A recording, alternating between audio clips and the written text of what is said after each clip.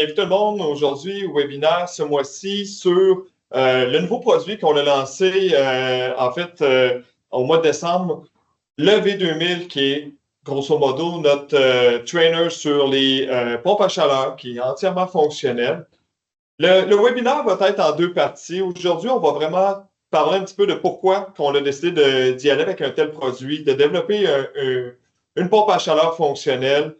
Qu'est-ce qui est important à savoir sur les pompes à chaleur en soi, puis de faire une petite vue d'ensemble sur qu'est-ce qu'il y a sur ce trainer qui fait en sorte que, grosso modo, ça devient un outil essentiel pour tout ce qui est l'enseignement de la thermodynamique des voitures électriques d'aujourd'hui.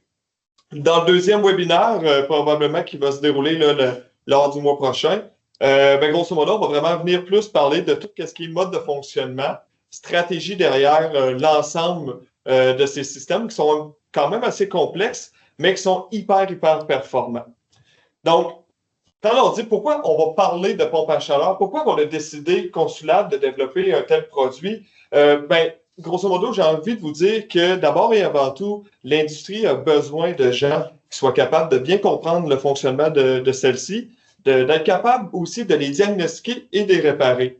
Comme je disais, c'est des systèmes qui sont très performants, mais quand même assez complexes à la fois. Donc, c'est facile de venir mélanger puis d'être capable de vraiment diagnostiquer toutes les fonctionnalités que celles-ci peuvent offrir. Mais en fait, c'est que c'est des systèmes qui sont aussi hyper essentiels aujourd'hui sur les véhicules électriques. Si on revient un petit peu à l'arrière dans les voitures traditionnelles avec un moteur à combustion interne, en fait, si on avait un problème au niveau de notre climatisation, on sait que ça coûte cher. On pouvait ignorer le problème ou, disons-le, réparer le problème plus tard. Hein? Si on conduit une voiture électrique munie d'une thermopompe, par exemple, en fait, on ne peut plus avoir le même comportement, soit reporter à plus tard l'entretien et la réparation de ces systèmes-là. Comme je dis, c'est des systèmes qui sont rendus cruciaux, des systèmes qui sont rendus essentiels, pas juste pour le confort de la cabine, mais aussi pour tout ce qui est la thermorégulation de la batterie haute tension et aussi de certains composants électroniques. On le sait, les voitures électriques aujourd'hui sont de plus en plus équipées avec des systèmes avancés, que ce soit par exemple tout ce qui est par rapport à l'ADAS et la conduite autonome. À ce moment-là, on va avoir des ordinateurs hyper performants, hyper puissants. Puis comme vos ordinateurs portables, par exemple, à un certain moment donné, il y a trop de chaleur, on a besoin de les refroidir. Ou on peut penser, par exemple, lorsqu'on branche notre téléphone cellulaire pour le recharger, à un certain moment, le téléphone, lui, il vient paraître chaud, hein, la batterie a une certaine chaleur.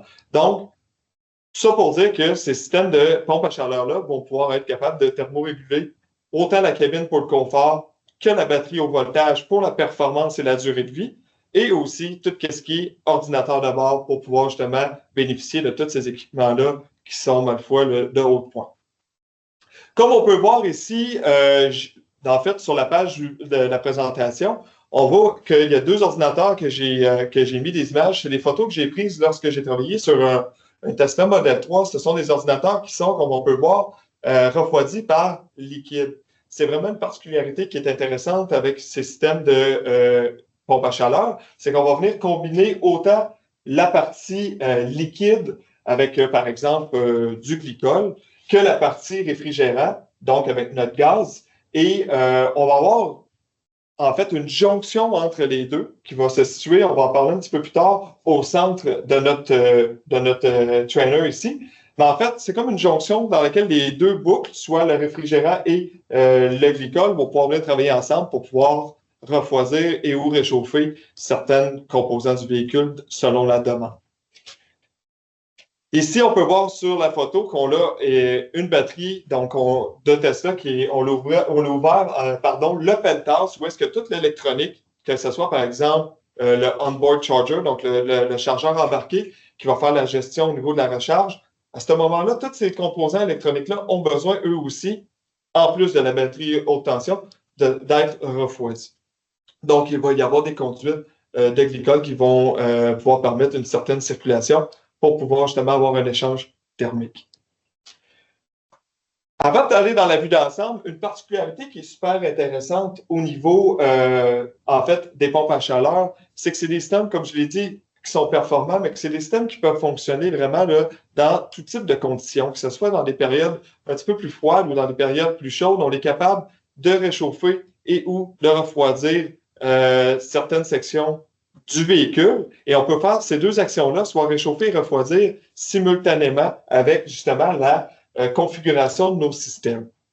Ce qui fait en sorte qu'on a énormément de nouveaux composants, qu'on doit apprendre leur fonctionnement, mais c'est pas parce que c'est nouveau, que c'est des nouveaux systèmes qu'on a implémentés dans les voitures électriques, qu'il faut absolument repartir de zéro et oublier toutes nos notions de base qu'on avait déjà acquis auparavant avec les systèmes de climatisation conventionnels.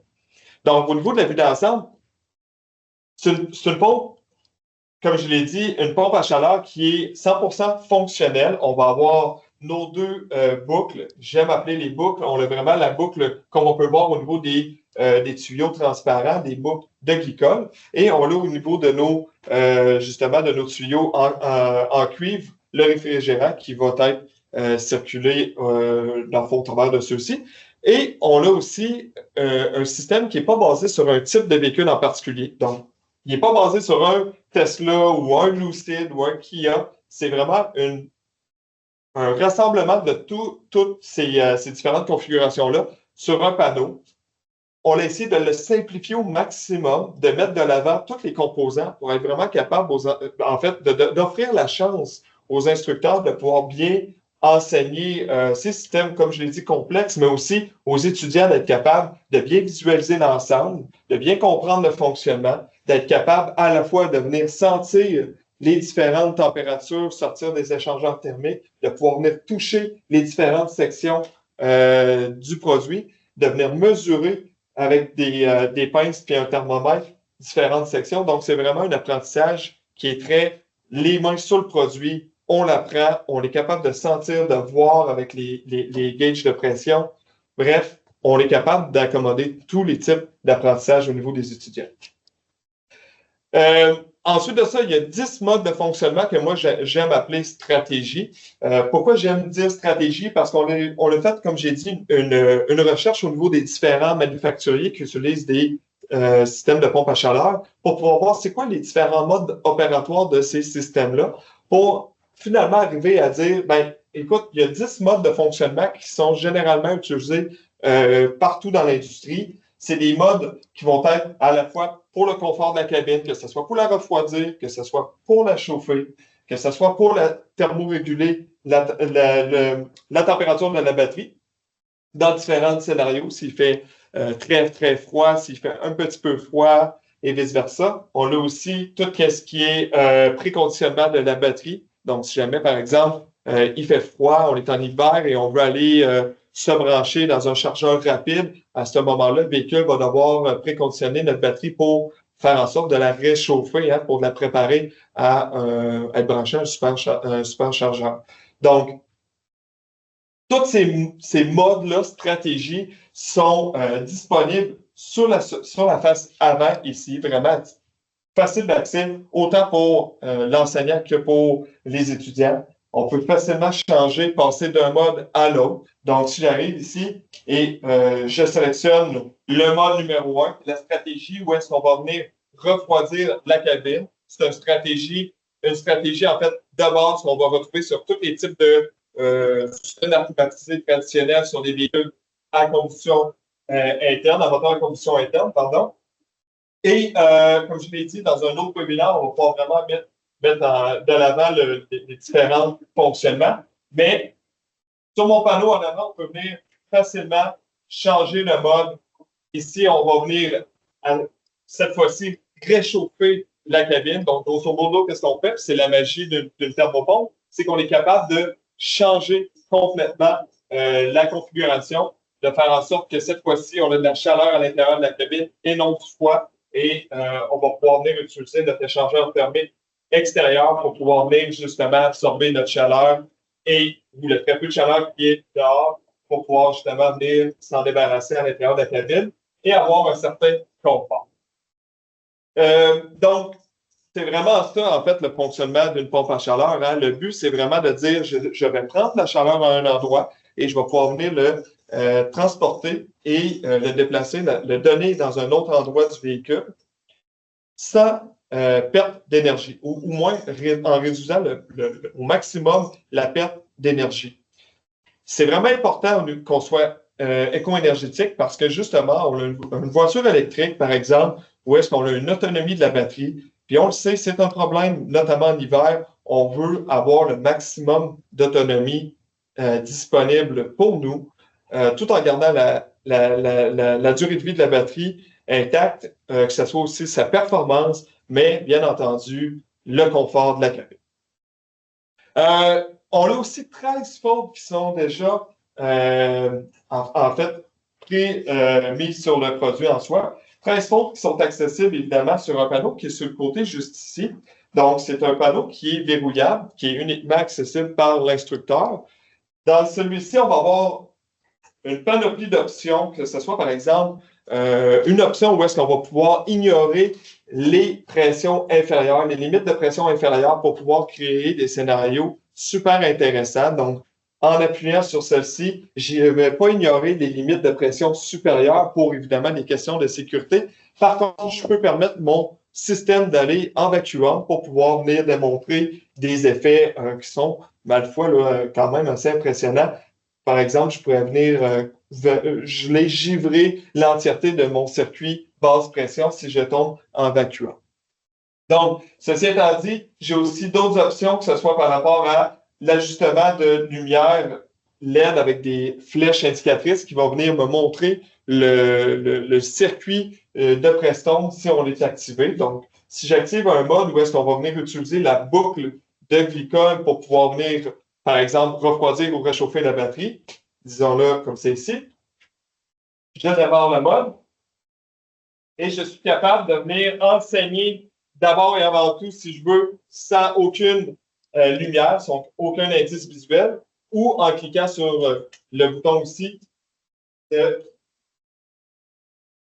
mes petites lumières, je vais être capable de venir, si je change de mode, je suis sur le tour ici.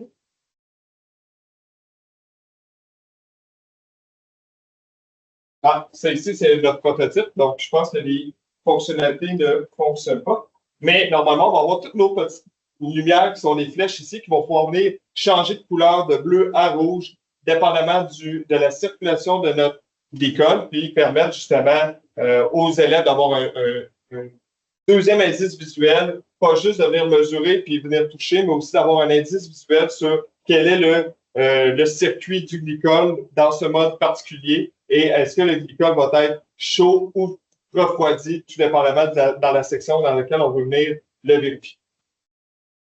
Et comme j'ai dit, 13 fautes qui sont facilement activables avec un bouton. Grosso modo, on va venir, évidemment, on ne développera pas ici la nature des problèmes. On va pouvoir venir créer des scénarios qui sont faits pas pour être diagnostiqués électroniquement, mais plutôt pour que l'étudiant puisse voir l'effet que les fautes ont sur le fonctionnement du système, sur les pressions du système, par exemple. Donc, ça va pouvoir vraiment permettre de venir réenchérir sur la compréhension des systèmes.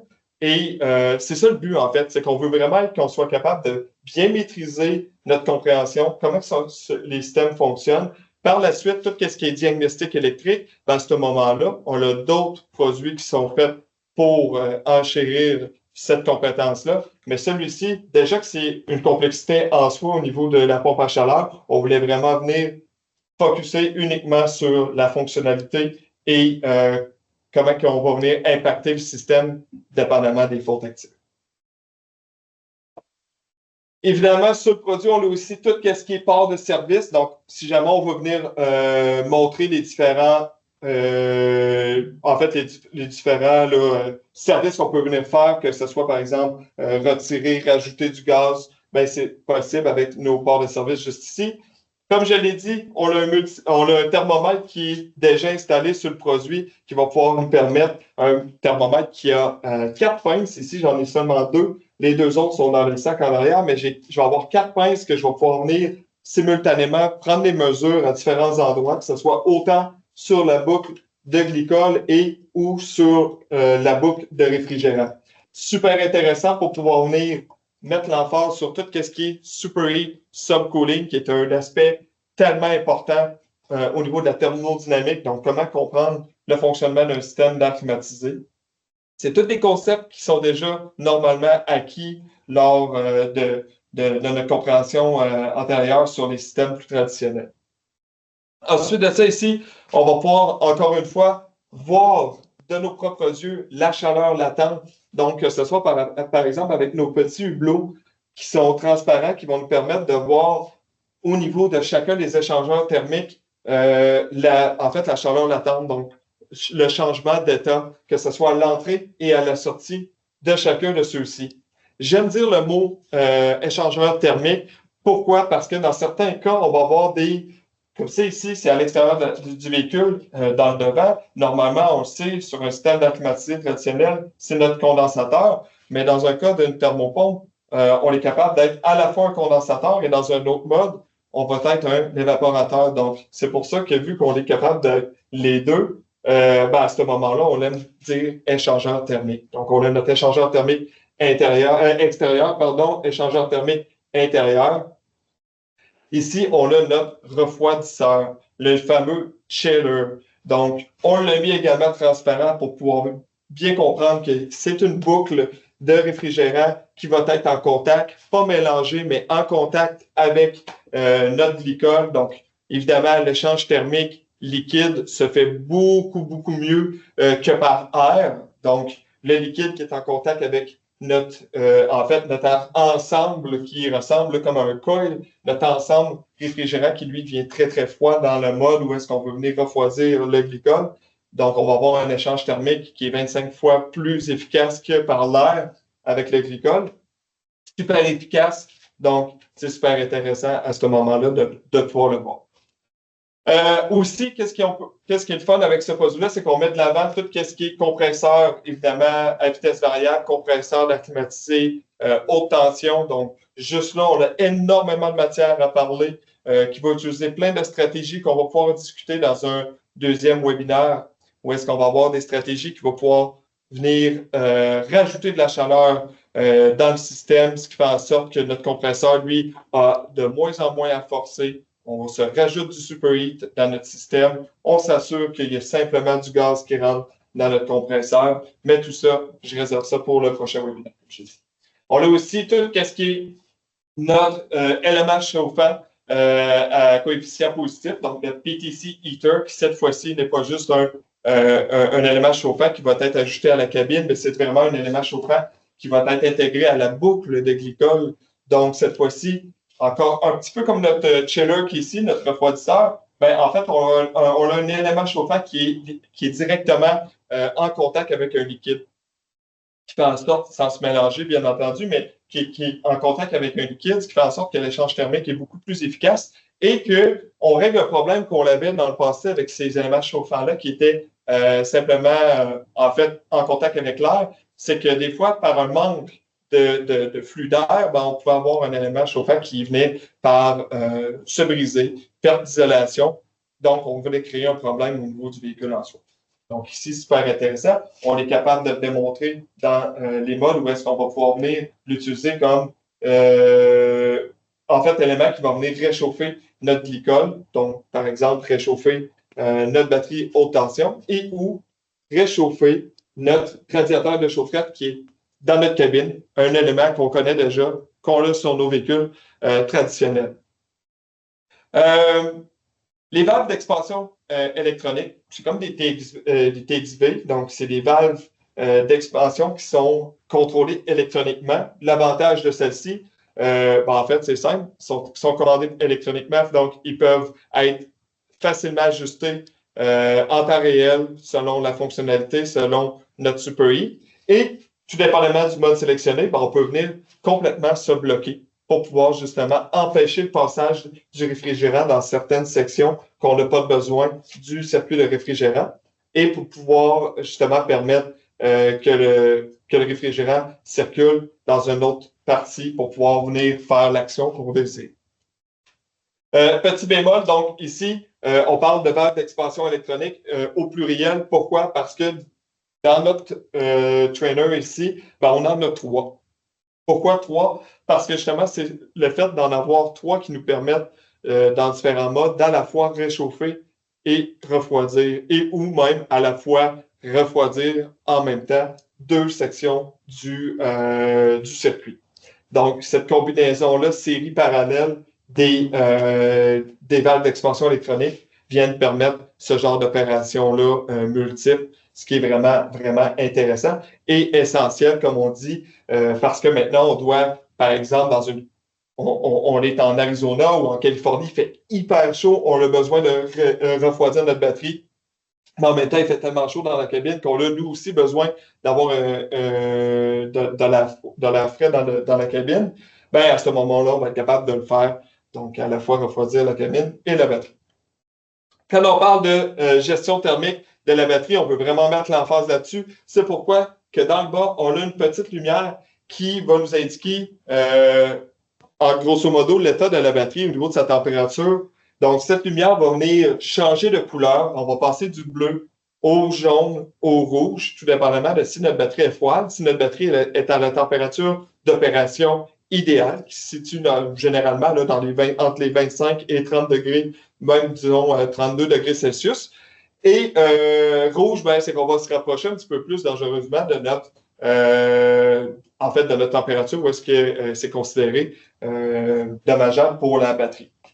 Évidemment, si jamais on continue à réchauffer la batterie en utilisant le mode de réchauffement de la batterie, ben, notre lumière va venir par se clignoter pour simuler justement une alerte, comme quoi que la batterie est beaucoup trop chaude. Et si jamais on continue puis on ignore l'alerte, ben, le système va venir par se mettre en mode de reset, faire en sorte que la batterie arrête de chauffer et prévient, comme dans un véhicule, une mauvaise utilisation, un problématique, ben on ne veut pas qu'il y ait aucune problématique ou de danger relatif à une batterie qui peut s'emballer. Donc, c'est vraiment l'ensemble, comme je le disais, du produit. On a énormément de choses qui se passent. On a évidemment beaucoup de tuyauterie, beaucoup de tuyaux avec du glycol, mais le but de ce trainer-là, c'est vraiment de venir mettre l'emphase sur le fonctionnement, sur les différentes stratégies. On veut être capable à la fois de venir enseigner le côté glycol et le côté réfrigérant.